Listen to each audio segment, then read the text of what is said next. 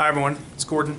Today I want to talk about the last mile of laying fiber itself. This is a very important concept to understand when you're involved in selling higher end services that require a lot of bandwidth and for fiber to be run into a particular business site. Okay? Now the first thing to understand really is how long is 1 mile, because this is really measured in feet. 1 mile is equal to 5,280 feet. So right over here, 5,280 feet.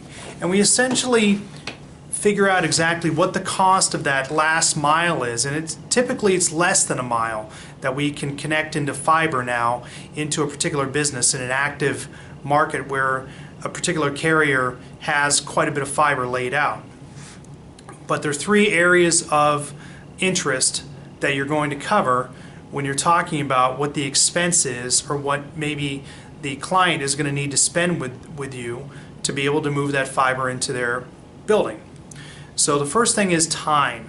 Okay, how much time is it going to take to actually make that build happen for the client?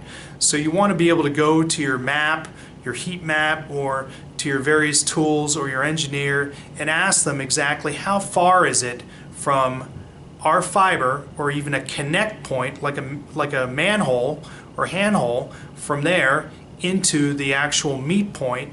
And the meet point is where the public property meets the private property to the demarc. What is the total distance? So you want to know those things exactly, and then you're going to have an understanding of exactly more or less how much time it's going to take. But you definitely want to consult one of your engineers that actually puts that construction bill of materials together for you, to be able to understand exactly how much time it's going to take, because maybe the client may need it in 3 months and it's going to take 4 months for the construction people with their current schedule and the actual build that's required to make that happen. So it's important that you understand time of what the project is going to take to bring that fiber in, and to be able to effectively convey that to the client so they have an understanding and they can plan as well. The next is budget. How much money is the client willing to spend to bring that fiber in? Typically, a good rule of thumb, it's about $1 a foot, more or less. In 2016, and that's a very basic rule, and it's not a firm price, but it gives you a general concept to work from. If your client thinks they're going to be spending $500 a month with you, and they're 1,500 feet away from fiber, there's no way that they're going to do that fiber build, because there's no return on investment. There has to be a somewhat partial return on investment for the company to get their money back in doing that build out, but typically $1 per foot. So in other words, if a client or a building is 1,500 feet away from the connect point in the fiber backbone to the meet point on the person's private property, it's going to be they're going to need to spend at least $1,500 a month to be able to pass that cost on to the client.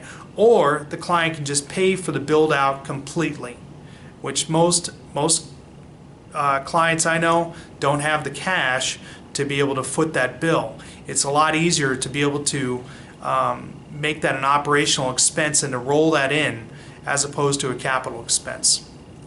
The next, which is really important, is scope. How complex is this particular fiber build out? Okay? Are you having to trench under a highway where we're going to have to pull permits from the state and be able to have to take time in construction of that build out? Is the fiber not close by and we're literally going to have to run new fiber to that meet point? There are a whole host of issues that are involved. Is it longer than 1 mile?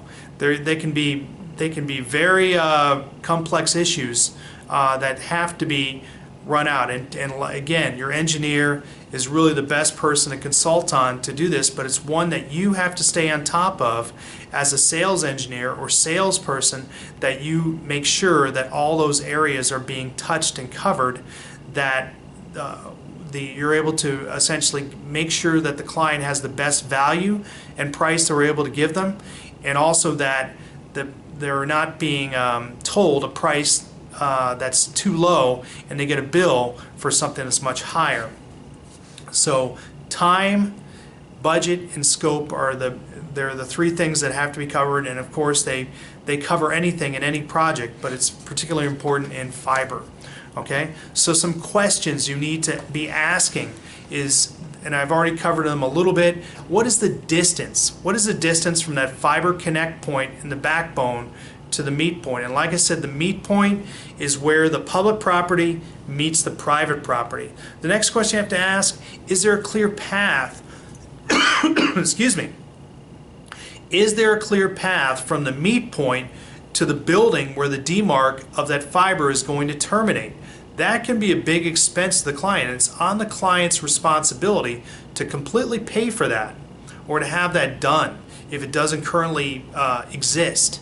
So we have to be able to determine if there's a clear path, and that's why we have site surveys and we send people out when we do these kind of projects, because we want to unturn all these things and bring them to light that everything is accurate. But they're all considerations that have to be determined in this last mile of fiber, because that's where the real expense happens.